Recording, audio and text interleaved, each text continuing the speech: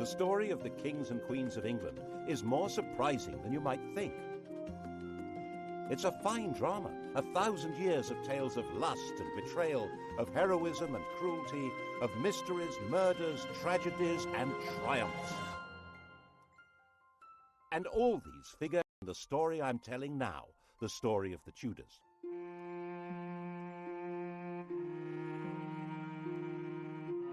Above all, though, the story of this great dynasty of rulers is a tale of passionate love affairs and what happens when love and high politics collide.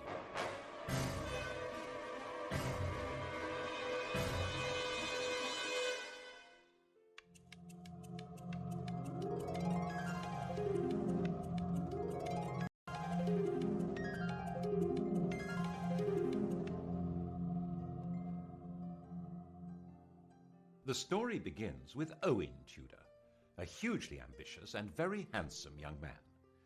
His father was an outlaw hiding out in the Welsh hills, but Owen managed to get employed as a servant in the household of the infant Henry VI. Now, this household was run by Henry's mother, Queen Catherine de Valois, a very sexy widow, who fell for Owen completely. There's no record that they ever got married, but they did have 5 children. When Catherine died in 1437, Henry VI was still only 13, and the barons who ran the kingdom in his name put Owen in prison. But when Henry came of age, he brought his stepfather, Owen Tudor, back to court and gave earldoms to his stepbrothers Edmund and Jasper Tudor. Owen ensured Edmund's marriage to a girl from Henry's family. Edmund died very soon after the marriage, but his 13-year-old bride, Margaret Beaufort, was already pregnant. Their son was born at Pembroke Castle. He was named after the king, Henry Tudor. And Owen had a grandson with a blood connection to the House of Lancaster, the family of the king. They weren't actually the legitimate line. Henry of Lancaster, Henry Bolingbroke, had deposed his cousin Richard II in 1399 to become Henry IV. The thrones of his son and grandson, Henry V and VI, rested on that shaky foundation, which crumbled in the Wars of the Roses when the true heirs to the throne, the House of York, began to battle for their inheritance. Owen Tudor stood squarely with the Henrys, the Lancastrians. That, after all, was where he had invested all aid for them. Beheaded by Yorkists in Hereford Marketplace, he was the last Tudor to lose his head. But as we all know, the Tudors would take up this approach to problem solving themselves, you might say, with a vengeance.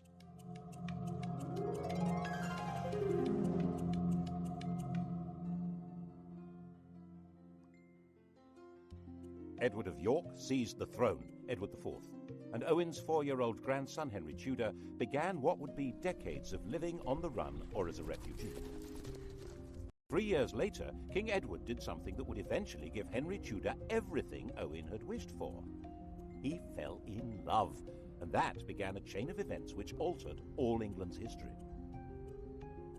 When Edward was about 20, he was waylaid by an attractive widow of about 25 who was trying to recover her late husband's property. Edward, 6'3" tall and really very good-looking, wanted to help, and he became besotted. It seems she persuaded him to secretly enter into a contract to marry her. Her name was Eleanor Butler. About a year later, in 1464, another attractive widow, 26 years old, pulled the same stunt, and Edward did it again. Unbelievable! This time the lady was called Elizabeth Woodville, and this time it wasn't just a contract to marry, it was a full marriage to a commoner. When Elizabeth Woodville was crowned in Westminster Abbey, the whole of Europe was scandalized. Marriage was all about alliances of power and property. Marrying a penniless woman for love was simply disgusting. The negotiators trying to arrange a proper royal marriage were humiliated. And when Edward heaped honours, wealth and titles on Elizabeth's relatives, the Rivers family, the nobility of England were outraged. They were, quite frankly, getting completely above themselves. If anyone had known about Edward's promise to marry Eleanor Butler, things would have been even worse. But she was quietly shut up in a convent and died in 1468. As it was, Edward lost so much support that in 1470 he was actually driven out of England, and Henry VI came back to the throne. A few months later, Edward came back into London and regained the crown, thanks to the strong support of London merchants to whom he owed money, and even more, it was said, of their wives and daughters, who really seemed to have found him romantically interesting. Which, face it, Henry VI certainly wasn't, unless you fancied an elderly saintly scholar who'd lost his mind. In the battles that followed, Henry's son, another Edward, was killed, and King Henry himself, captured, disappeared into a prison and was never seen again. The whole male line of the House of, except for one fragile thread, Margaret Beaufort and her 15-year-old son Henry Tudor. Not that they had any claim to the crown. Of course, the Lancaster dynasty had begun by simply usurping the throne, but on top of that, Margaret's grandfather was illegitimate. A law had been passed to make him legitimate, but it also barred him and his descendants from the succession. And that would probably have been that, if it hadn't have been for Edward's little secret, which didn't emerge until Edward himself was dead. He was only 41 when he fell ill and died. His son, the Prince of Wales, also called Edward, was just 12 years old. Everyone refers to this young man as Edward V, but he was never crowned.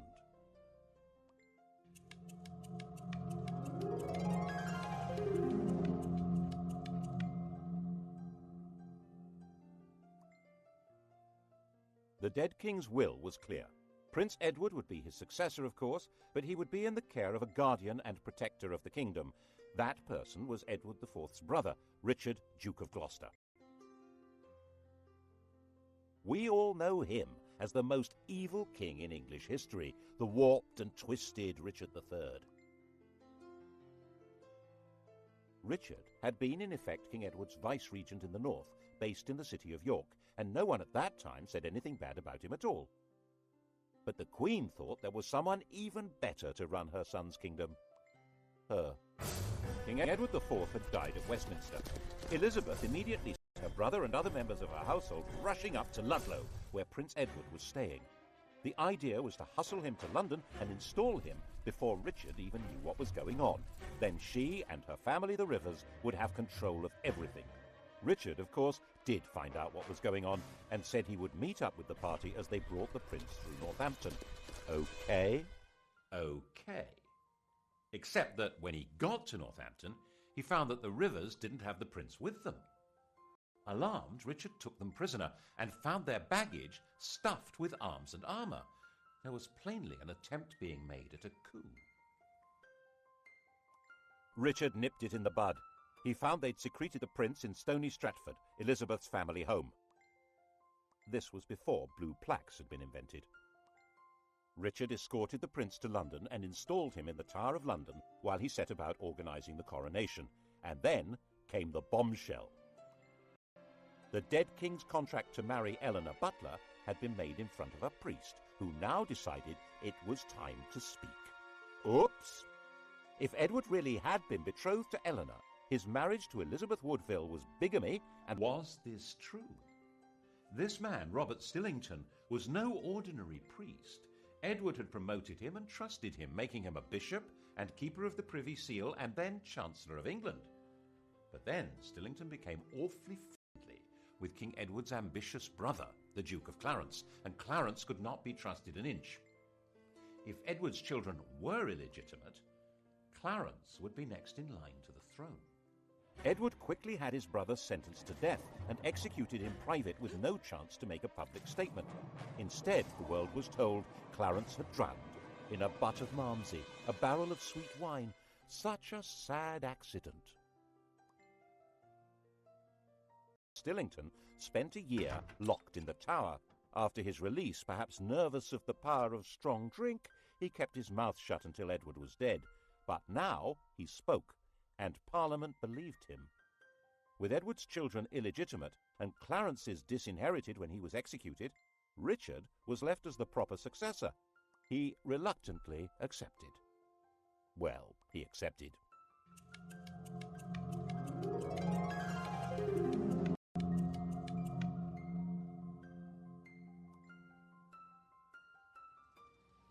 And the Tower of London changed from the Prince of Wales's palace into his prison. He shared it with his brother. Neither was ever seen again. Did Richard have them killed?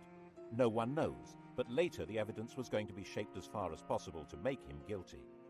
He's been said to have personally killed Henry VI and Henry's son, whose widow he married, and done the dirty deed with Clarence and the Mumsy, quite apart from the murder of the princes in the Tower. The picture of Richard that's come down to us, the hunchbacked, sinister and ruthless tyrant, is a caricature painted after he'd been deposed and immortalised by the Tudors' greatest propagandist, William Shakespeare. One of the buildings inside the Tower of London was even given the name the Bloody Tower to associate it with Richard's foul murder of the princes, though they almost certainly were in a different building anyway. He'd certainly been a popular figure in the north of England, where his brother had charged him with healing the divisions of the Wars of the Roses, but it only took 4 months for a rebellion to emerge against him. The rival candidate was, of course, the boy across the water, now not such a boy, Henry Tudor. The House of York was now as extinct as the House of Lancaster. Henry Tudor was all there was for disappointed Yorkists as well as Lancastrians. And there were plenty of disappointed Yorkists. Richard gave positions, power and wealth to men he trusted, whom he'd got to know in the north of England, leaving a lot of southerners out in the cold who thought they could do much better under a more sympathetic French soldiers. Owen Tudor's grandson landed at Milford Haven in Wales on the 1st of August 1485. 3 weeks later, when he came to do battle at Bosworth, his force had grown by just 3,000 men. Richard came to the battlefield as rightful King of England. Before the battle began, he held a coronation ceremony, restating his right of true succession to the crown, a right which Henry Tudor did not possess at all. Actually, given the fact that his family was specifically barred from the succession, he had pretty much less claim than anyone else there. But that's not how things were working out. Richard III was the last English king to die on a battlefield. The crown of England was found lying under a bush at the end of the Battle of Bosworth and placed on Henry Tudor's head. And Henry understood how you rule England. Not by winning over great nobles, they'd pretty well all been wiped out, but by winning over public opinion. The pen is mightier than the sword, especially when it tells the story of what happened.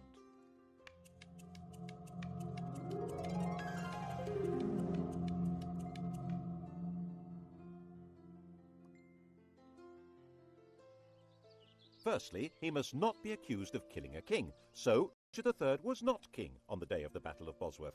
Henry Tudor dated his reign from the day before the battle. It was Richard who'd been fighting against a king, not Henry. Henry was king. It was Richard who was the traitor. Got that?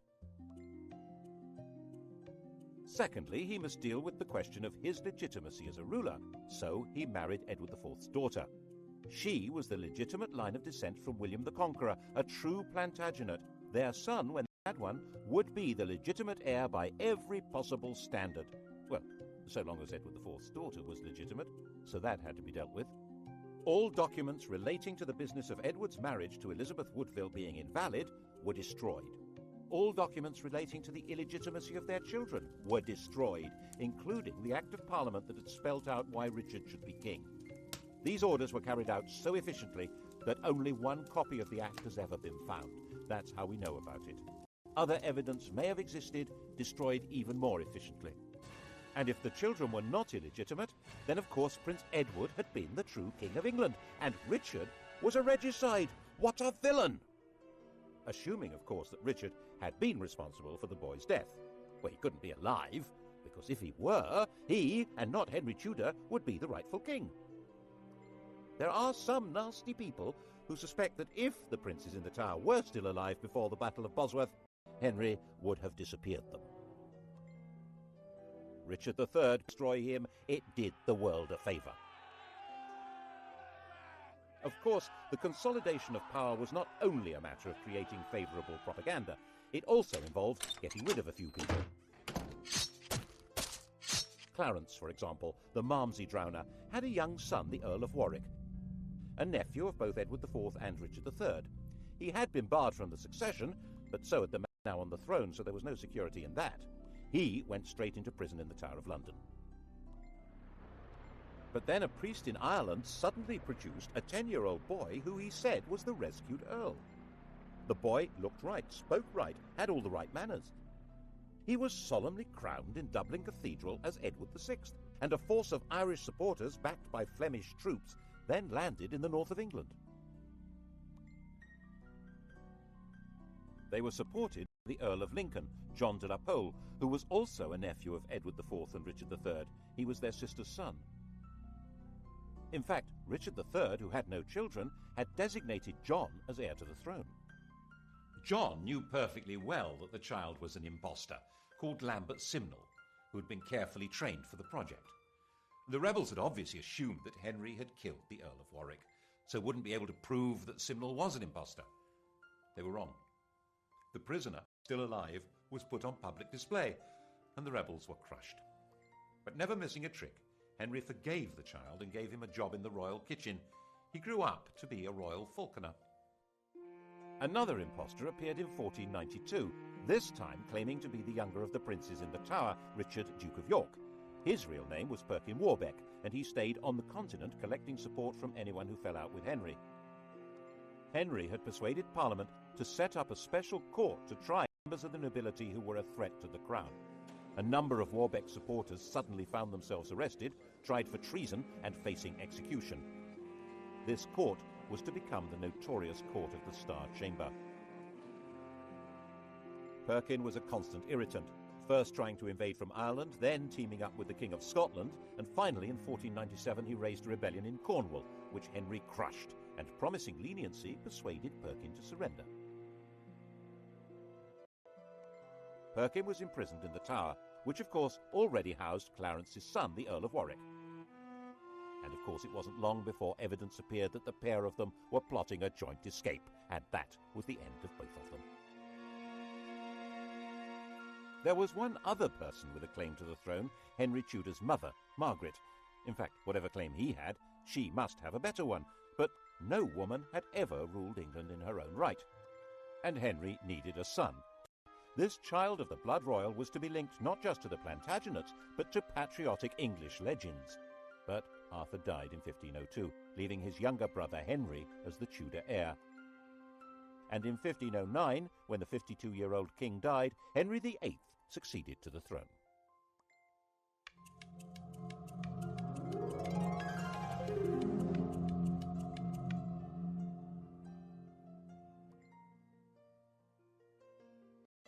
He was the perfect king, a king out of the storybooks.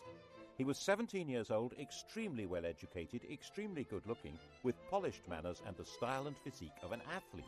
He also had an unchallengeable claim to the crown, and to secure the succession, Henry VIII married the woman to whom he'd been betrothed for 7 years, Catherine of Aragon, his dead brother's widow. The Spanish worried that this was against church rules, and so the Pope granted a dispensation. In fact, this was all rubbish. While the Bible specifically forbids a man from sleeping with his brother's wife, it actually insists that he must marry his brother's widow. Anyhow, 2 years later, Catherine gave birth to a son, but the infant soon died. So did the next. In fact, the marriage only produced one child that lived, a girl called Mary. Henry was effectively all-powerful. There were no great barons anymore in England, and his father had left a well-stocked treasury. Parliament consisted to a large extent of men who depended one way or another on royal favour, and the countryside was controlled by justices of the peace who served the government. You can see the change in the very nature of power from the home of Henry's Chancellor. 50 years earlier, Edward IV's Chancellor had been a Neville, the son of the Earl of Salisbury. In those days, an Englishman's home had been his castle. Middleton Castle, actually. It was his father's home, and that great lord had also been Chancellor. Independently powerful men, based in a mighty fortified palace. But under the Tudors, the great power of the Nevilles had been broken. Middleton Castle was in the hands of the king. When Henry VIII's Chancellor Wolsey built himself a home, it certainly wasn't a castle. It was this magnificent palace, Hampton Court. Glass windows instead of arrow slits and chimneys instead of crenellations. No one needed a fortified house under the protection of a great king, and it was all at Henry's pleasure. If Wolsey didn't deliver what the king wanted, he was entirely dispensable. And that, of course, is what happened.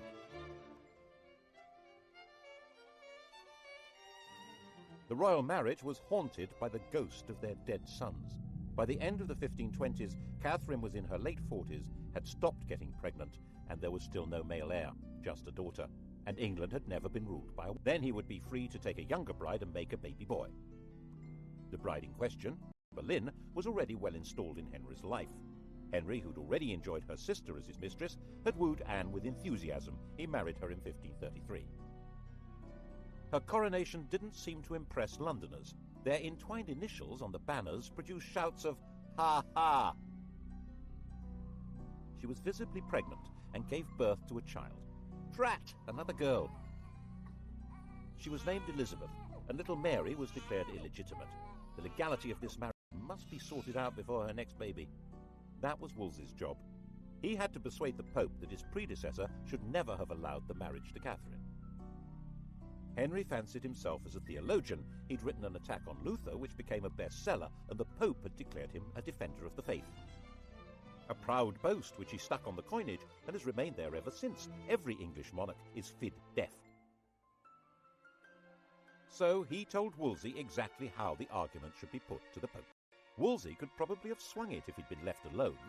As it was, he failed and lost his job. And the Pope had also failed. So Henry, the defender of the faith, fired the Pope. To achieve this drastic act, having himself legally declared the supreme head of the Church in England, required an extraordinary shift in power. He had to find a way of giving the nation a voice so that it could say what he wanted. That way was through Parliament. The Church's wealth and power was hugely unpopular. The notion of no longer paying church taxes to Rome was really very cheery. But it wasn't as simple as that. Some people believed that the Pope really did represent divine authority. And for many others, there was a fear that the Pope might excommunicate their customers on the continent if they continued trading with them. With the effective help of a new chief minister, Thomas Cromwell, and a new Archbishop of Canterbury, Thomas Cranmer, Parliament passed the necessary acts. By the end of 1534, the King of England had become legally the total, overall, supreme ruler of the whole shebang. Once Henry VIII had become head of the Church in England, he was a new kind of king. One immediate consequence of the new order was that he had control of the fabulous wealth of the English Church. It wasn't just the Pope who got the sack. He closed down all the monasteries and nunneries. There weren't all that many people in them, less than 10,000 over the whole country, but there may have been 10 times that number dependent on them. And in areas such as Lincolnshire and Northumberland, there was armed rebellion. One of the rebel leaders was John Neville from that great old family of barons, but the Nevilles were no threat to the modern crown. The rebellions were crushed. And monastic lands were to turn themselves into grateful country gentry who would loyally support the crown. The old struggle for power between the papacy and the monarchy had now been decisively settled. Becket, the 12th century archbishop whose defence of church power had led to his martyrdom, had been the most popular saint in England. Henry ordered Becket to be declared no saint, to be tried and convicted of treason, and for his bones to be burned and the dust scattered in the air. Who's in charge now, eh? What's more, in 1536 Catherine of Aragon died, meaning that the problem of the ex-queen had gone away. He and Anne Boleyn dressed in bright yellow to celebrate. 4 months later, he was told that Anne had committed adultery. Henry was surrounded by courtiers jockeying for influence, forming alliances, factions, to do down those who might damage them. And Anne became a victim of an organised campaign by those who felt endangered by her faction. Whether it was true or not, no one knows, because Henry's fury was so total that her trial and those of her supposed lovers was a travesty. She might indeed get pregnant with a boy, but then its parentage would be in doubt, and she might not. She'd miscarried at least twice since Elizabeth's birth. Without a legitimate son, it had all been for nothing. Anne was imprisoned in the royal lodgings in the Tower of London. Henry had extended them before their coronation, and now she was occupying them for the first time. Not as his wife, but as his prisoner. After 18 days, she was beheaded, and Henry married Jane Seymour.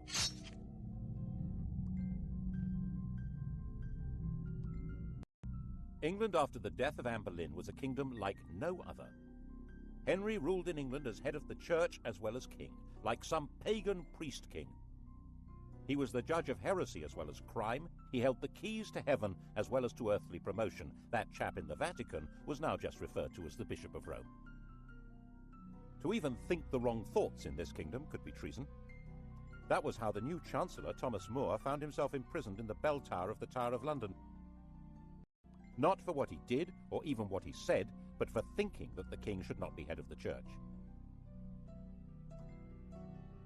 He was publicly executed on Tower Hill. Henry was terrifying, magnificent, generous, dangerous, and in most people's eyes, the best king England had seen in a very long time. And Jane had a son, Edward. Sadly, she died in childbirth, but the throne was safe. His only problem was abroad, and by 1539 it did begin to look as though the Bishop of Rome might be lining up some muscle against him. But there were now well-established and powerful Protestant princes in Germany, and on the fine old principle that my enemy's cleaves for a wife. The defender of the faith, intellectual scourge of the Lutherans, had married one. Actually, neither of them was much interested in theology, or in each other. Henry, now fat, with an ulcerating leg and a vicious temper, his 23-year-old wife was plain, smelly, and lacking in all the graces. He called her a Flanders mare, and they both quickly agreed the marriage was a terrible mistake. Fortunately, it was soon discovered that she had a pre-contract of marriage with someone else, and so there never had been a valid marriage to Henry. The only casualty was Thomas Cromwell, who'd set the whole thing up, and who now went to the block. Well, him and one of Anne's ladies-in-waiting, Catherine Howard. Her destruction began when More's ended. She was a kind of well-connected Monica Lewinsky figure, a teenager with sex on her mind who wanted to seduce the most powerful man around. And he fell for her and married her. And when she carried on being sexy and had sex with other men, he flew into another tempestuous rage and had her beheaded. Her lovers' heads were mounted on London Bridge. Henry decided to marry John Neville's widow, Catherine Parr. She was extremely nervous, but had no choice. She worked hard at trying to keep Henry's temper in check, moderating his ferocity towards people he thought were traitors or heretics, and persuading him to acknowledge Mary and Elizabeth as his legitimate children. His death, 4 years later in 1547, was obviously a huge relief.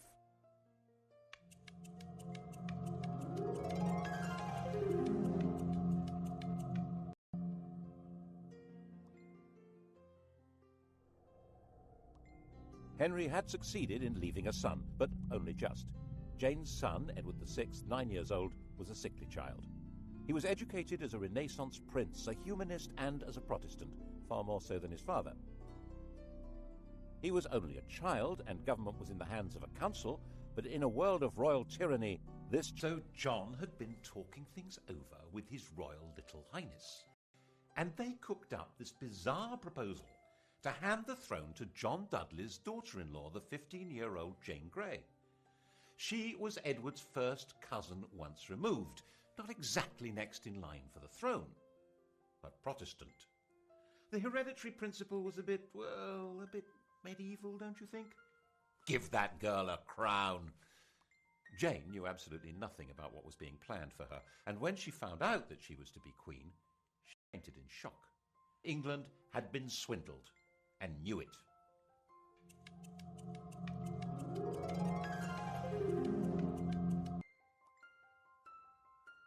Jane came to London as queen. But was she? Everyone's eyes turned to Mary. Throughout all that had happened since Henry had disowned her, Mary had very publicly maintained her Catholic faith and the public celebration of the Mass. She'd become a symbol of resistance to tyranny, and whenever she appeared in public, she was mobbed and cheered. And now Mary announced that she was the proper heir to the throne, and she was going from her home in Framlington in Surrey to be crowned in London. The journey was a procession through villages and towns filled with cheering crowds. She entered London to the greatest street party the city had ever seen. The dancing, drinking and bell-ringing went on all night.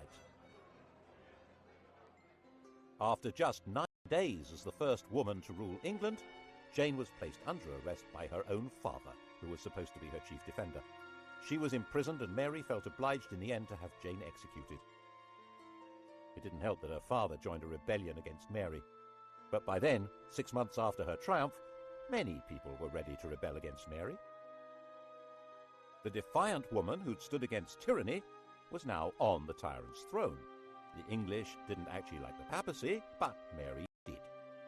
The English didn't like Spain, but Mary did. She married its king, Philip II. And the English didn't like being forced to subscribe to religious beliefs on pain of death. Mary had 277 people burned alive because of their religious opinions. Bloody Mary. Unable to have children, a bitter invalid, England's second queen died in 1558, 42 years old, the most detested ruler in all England's history. There were celebrations almost as fervent as had greeted her arrival 5 years before.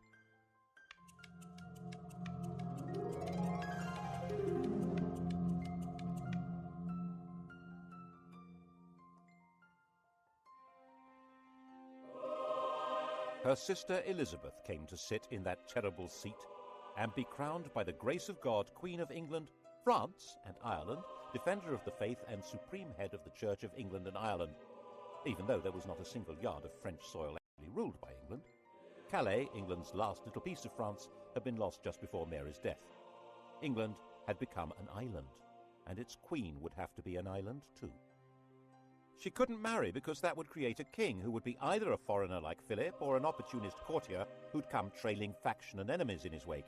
She would be both queen and king, the virgin queen ruling from a tyrant's throne over a people whose support was essential.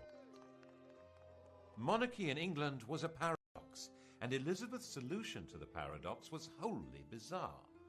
Male successors. That had not materialized, and now Elizabeth would choose to have no child at all. How would the crown survive? Elizabeth succeeded to the throne when she was 25 years old. By that age, women were generally married with children, but Elizabeth had never had any intention of doing that. Her father had killed her mother. His behavior towards his other wives had been equally dreadful. At 14, Elizabeth had announced that she would never marry. In fact, her survival through Mary's reign had depended on her being free of any association with anyone else. The slightest hint of her involvement with other people could have made her seem to be connected with plots against Mary and would have led to her execution. She stayed mute, giving no sign of a religious, political, or emotional attachment that might destroy her. By the time she came to the throne, the persecutions of her predecessors had left it a stark and lonely place. 9 bishoprics were vacant. There was only 1 duke left alive, and the treasury was empty. She had no close relatives left alive. The heir to the throne was her aunt's granddaughter, Mary, Queen of Scots, a Roman Catholic. No one knew whether Elizabeth was a Roman Catholic or a Protestant. The first test came over the oath of allegiance. Elizabeth insisted that, like her father, people must acknowledge her as head of the church. The bishops, Roman Catholics appointed by Mary, said that in that case none of them would allow her a coronation. Well, all except for the Bishop of Carlisle. He did the honours, and the popular acclamation for the new queen was terrific, and she shouted back, "God a mercy, good people." Elizabeth interpreted her religious role in a new way. She declared that she didn't mind whether her subjects were Catholic or Protestant, so long as they were loyal. She'd survived by being very careful about what she said and did, and that was how she coped with sovereignty. She dared not marry or be touched by scandal, but her every move was watched like any modern royal, maybe more so. To the extent that her laundresses were bribed by ambassadors who wanted to know whether her periods had stopped in case she was pregnant. She made herself look splendid, held magnificent pageants, and eventually seemed to be holding the kingdom together without the rebellions, persecutions, and massacres that had become regular features of English life. She managed this in partnership with an immensely loyal and capable minister, William Cecil, and constantly teasing the world with a showy flirtation with the Earl of Leicester, Robert Dudley. But the love affair she really encouraged was to have the nation adore her. In poetry, paintings, and theatre, she was Gloriana, the magical beauty to whom loyalty and love The main threat facing her was the possibility of a Catholic plot to replace her with one of the grandchildren of Henry VIII's sister Margaret, either Mary Stuart, Queen of Scots, or Henry Stuart, the Earl of Darnley. Both of them had a valid claim, as not only was Elizabeth excommunicated, she was arguably illegitimate. They were carefully encouraged to maneuver themselves into helplessness. Mary was the more dangerous. She'd been Queen of France until her husband's death, and a ruler of Scotland who had French backing would be a danger to England even without the religious issue. But Mary's education had been unlike Elizabeth's. She'd not lived in fear of her life, but in the indulgent French court. This was not a good preparation for life in Britain, a land of conspiracies and killings. Darnley was a weak man in a weak position, a good-looking, unstable lout. What happened next looks like a cunning plan. Elizabeth pretty much obliged the 19-year-old Darnley to visit the 22-year-old widow Mary, having ordered him not to marry her. The result was totally predictable. And Darnley was a total liability to Mary. Dim-witted and resentful of his lack of power, he was also furiously jealous. And when he thought her advisor Rizzio was having an affair with Mary, he joined a plot that had Rizzio murdered in front of her. She now viewed Darnley, the patsy in all this, with hatred and contempt, and was herself complicit in the plot that murdered him with an explosion. She ended up fleeing her own kingdom and throwing herself on Elizabeth's mercy. Ultimately, a bad place to be.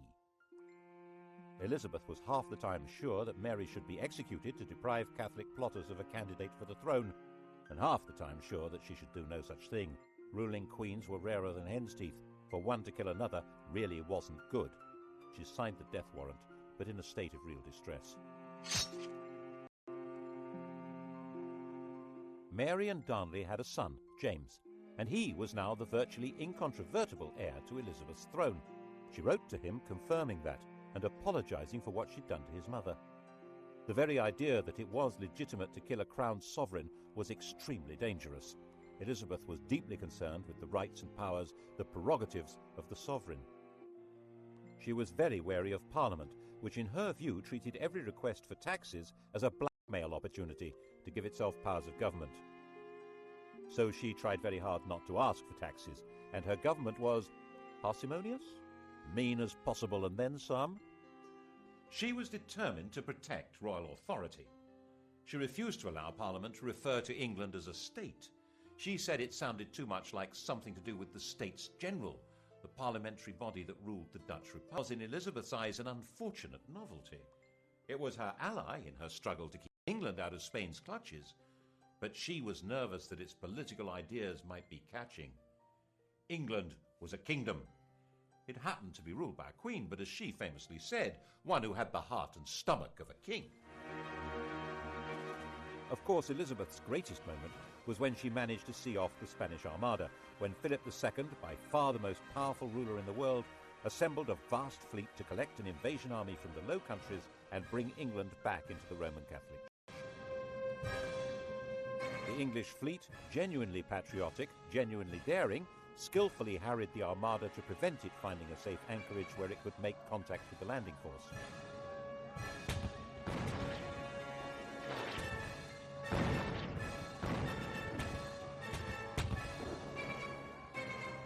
When the Spanish decided to sail home, they were hit by strong winds and heavy seas that were too much for many of these Mediterranean cargo vessels.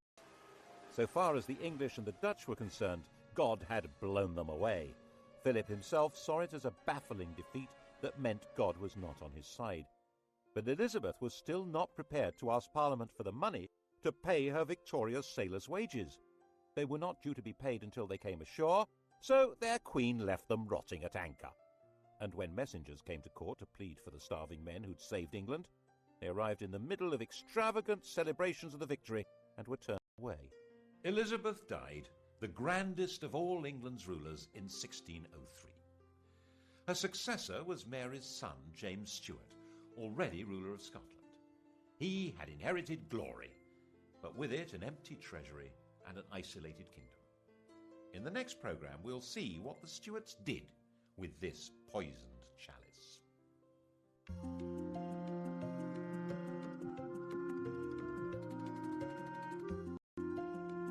On to the Stuarts tonight at 10, and to test your knowledge of Henry VIII and his 6 wives, Sky Digital viewers press red. Coming up on UK TV history, decisive weapons at Agincourt and in the Falklands, the longbow and the Harrier jet.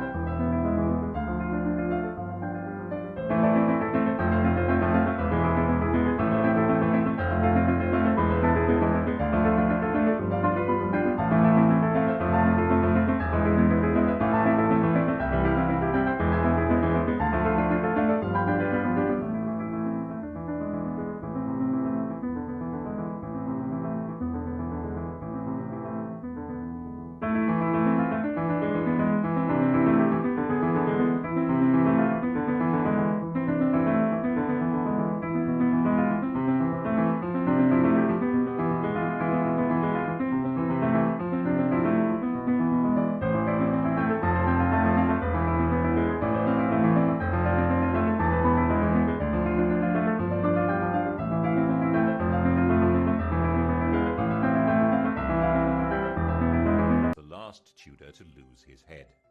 But as we all know, the Tudors would take up this approach to problem solving themselves, you might say, with a vengeance.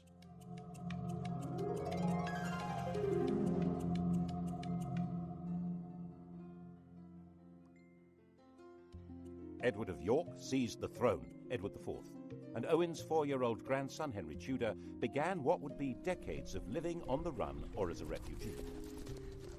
3 years later, King Edward did something that would eventually give Henry Tudor everything Owen had wished for.